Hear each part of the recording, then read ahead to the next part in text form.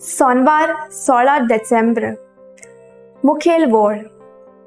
तुज्या मुखामळाचो पोरजोळ आमचेर पडून दी आनी आमकां सोडवण मेळटली. नियाळाक आदार.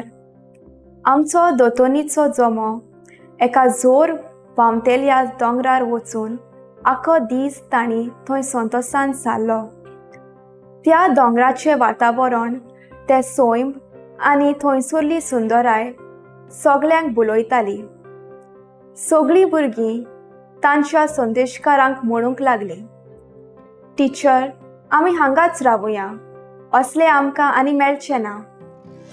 तिणें जबाब दिलो, आमी हांगाच रावूंक येवंक नात, पूण देवाचे रचनेची अपुरबाय करून आनी देवाक सोबीत सुंदर वेला आनी रचने खातीर दिनवासूंक आमी पोतून फिरगोचेंत वचून दुसऱ्यांक पोरगोटूंक गरजेचें.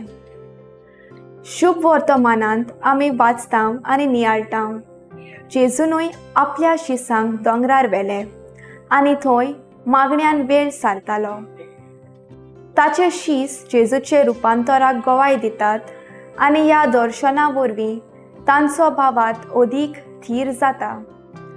आनी आव्हान घेवन ते जेजू बरोबर सोकला देंवतात. कितें करूंक?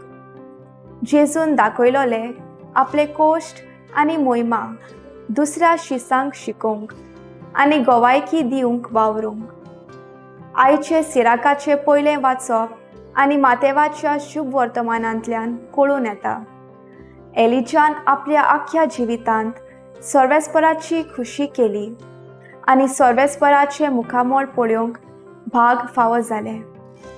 सर्वेस्पर आपले मुखामळ दिसपट्टी आमकां आल्ताराचेर दाखयता. त्या संस्कारलोल्या जेजूच्या कुडी रोगतान आमच्या जिवितांत येवन आमकां आपले रुपांतर कितें तें शिकयता आनी थीरपणान आपली जबाबदारी पाळटा. म्हजो थाराव. सर्वेस्परा, तुजे नदरे मुखार बरें तेंच करूंक वावुरतली.